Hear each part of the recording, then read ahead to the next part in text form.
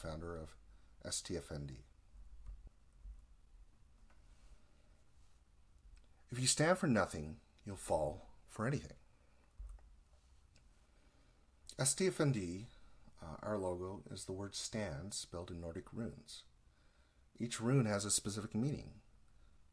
Our website details the meaning of each rune. Today I would like to talk about wealth inequality.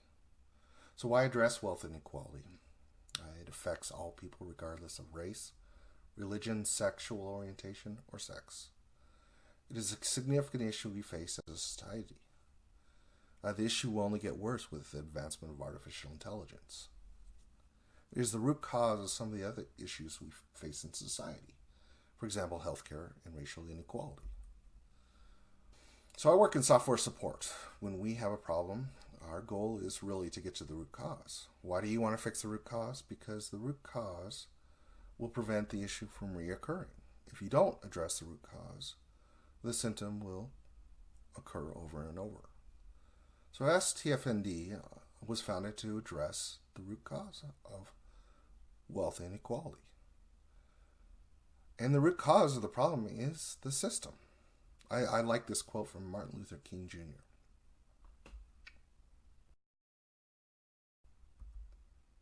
So what is the problem?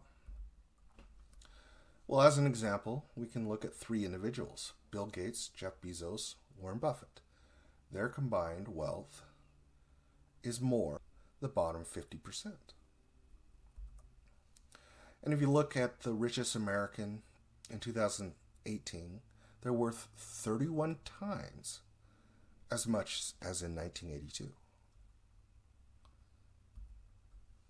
And the richest 5% of America owns 2/3 of the wealth. Wealth inequality is also a racial issue. So you compare black families, Latino families to white families. White families have a significantly higher chance of becoming millionaires. Wealth inequality is a world issue. So in 2009, the combined wealth of the world's richest 380 people equaled the wealth of the bottom half. By 2017, just 42 billionaires had as much as the bottom 50%. And you look at real wages. They have not increased since 1974. Real wages are wages adjusted for inflation.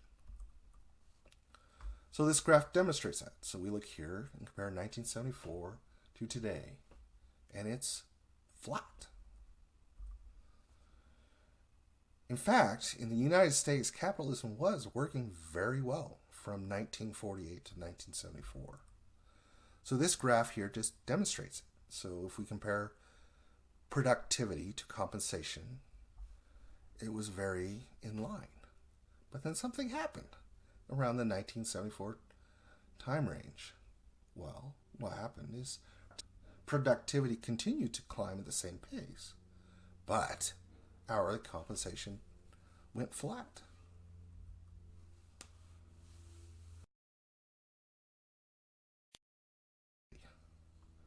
So what happened in the 1974 time frame? Well, I believe what it is capitalism fundamentalists took power in the United States. They believe that by reducing taxes and decreasing regulation, the free market will solve all issues. It's called the magic hand. It's a theory by Adam Smith. Capitalism fundamentalists believe by magic the wealth will trickle down to everyone. This is called trickle-down economics. So what do the capitalism fundamentalists do? They reduce regulation. They lower taxes for the wealthiest individuals. They suppress the power of the labor in the workforce. And they increase the power of corporations. So before I worked as a software engineer, I worked in accounting. In accounting, we talk often about checks and balances. For example, to prevent fraud in a company, you install internal controls to prevent it from occurring. So those function as a check to a happening. Well, with wealth inequality, we had two checks that kept it in balance. They were labor unions and higher marginal tax rates. Labor unions enabled workers to negotiate better compensation. Higher marginal tax rates distributed the wealth and decreased the inequality. Capitalism fundamentalists, they lowered the tax rate for the wealthiest individuals. Tax rate for the wealthiest individuals dropped from 70% to 40%. This graph here demonstrates that. So if you look here, the marginal tax rate for the highest earners was actually as high as 90%. And then around 1974 and 1980 range, it dropped from 70% to around to 40%. The next thing that capitalism fundamentalists did is they suppressed the power of labor in the workforce. They demonized unions. They increased the power of corporations. In fact, union memberships have dropped from 30% of the workforce to less than 10% today. As an example, I have a friend that works for a very profitable, large public company. They just went through the recent tax cut, so their tax rate dropped significantly. In addition to that, they're spending billions of dollars on stock buybacks. And yet, they couldn't afford to give my friend a cost of living raise. So what can my friend do about it? He really can't do anything other than leave and try to find a new job. Well, had my friend been around 30 or 40 years ago and belonged to a union, the union would have negotiated with the company a better compensation. And if the company didn't agree, the union would have striked. So this graph demonstrates it very well. So if you look at the share of income going to the top 10% and the membership in unions, and they're related. As union membership declined, the income going to the top percent increased significantly. So how do we fix it? Well, pretty simple. We bring back the checks and balances. So we increase the highest marginal tax rate back to 1974 levels, 70%. And the next thing we do is we increase the power of labor against corporations. Well, how can we do that? Well, we just went through a tax cut. Well, let's make those tax cut contingent.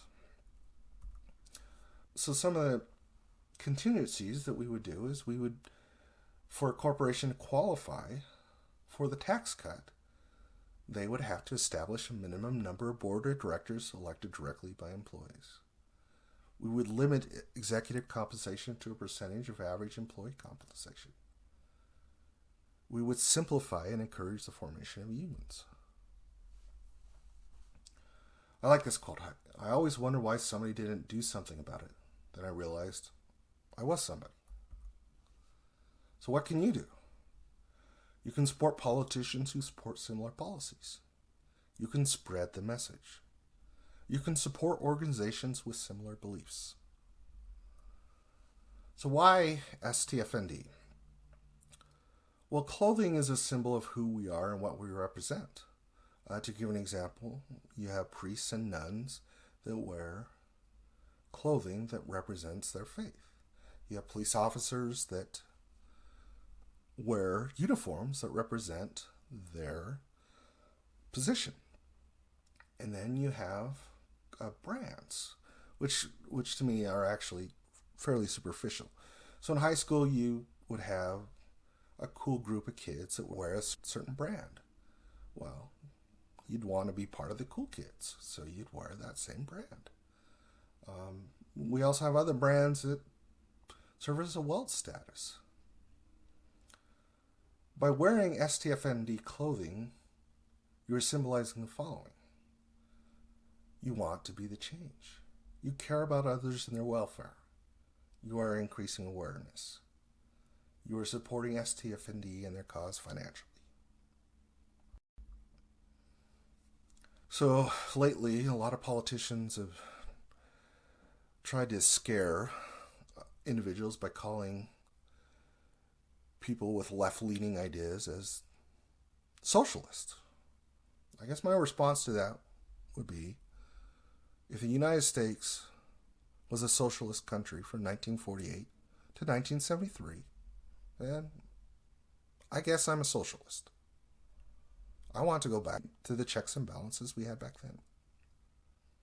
Thank you.